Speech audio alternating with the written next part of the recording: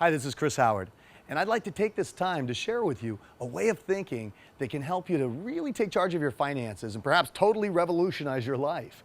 The reason why I've chosen this topic is it's a real source of pain for a lot of people in their lives. I know it was a source of pain for myself in my life, and very few people get this side of their lives handled. And one of the reasons is because most people are focused on increasing their income rather than focusing on increasing their net worth. Warren Buffett says what does most people in is not debt, believe it or not. It's debt to revenue ratio or debt to income ratio. So if you've got debt but your income's going up or your revenue's going up and you simply dwarf that debt, then the debt isn't a problem.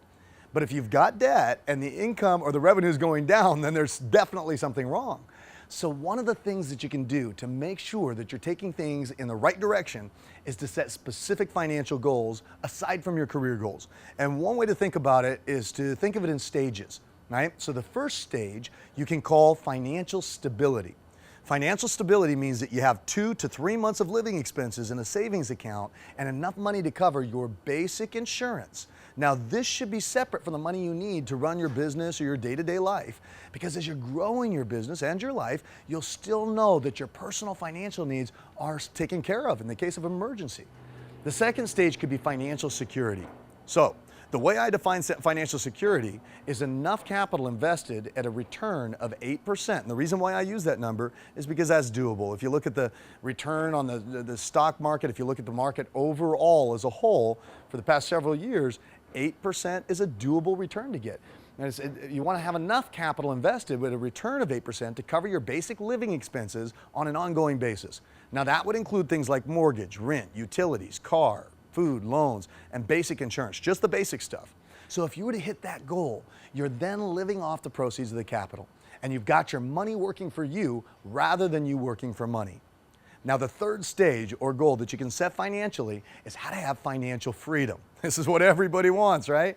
The way you can think about financial freedom is this. It's by saying, okay, my financial freedom goal will be attained when I've accumulated enough capital invested at 8%. And once again, I use the number 8% just because if you look historically over the returns overall in the stock market, 8% is a doable number, right? So enough capital invested at 8% to provide an annual income of blank. And you got to fill that blank in.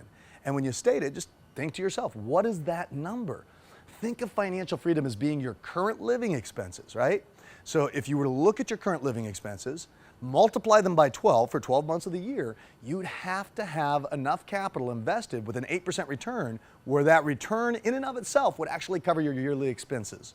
Then the fourth and final goal could be financial opulence. This is where we cash in, right? So financial opulence means that you have enough capital invested at 8% to live the life of your dreams. You know, this is your dream home. This is the second home on the beach. This is your island. This is your airplane without ever having to work again. So you can state it this way. My financial opulence goal will be obtained when I've accumulated enough capital invested at 8% to provide an annual income of blank. Once again, you're going to fill in that blank. Now, when you start thinking in this way, you got to fill in that blank, right? When you start thinking in this way, it helps you to put structure in your life financially. And when you set these clear-cut financial goals and you execute your plan, you're on the path to not only financial freedom, but ultimately to opulence in your life.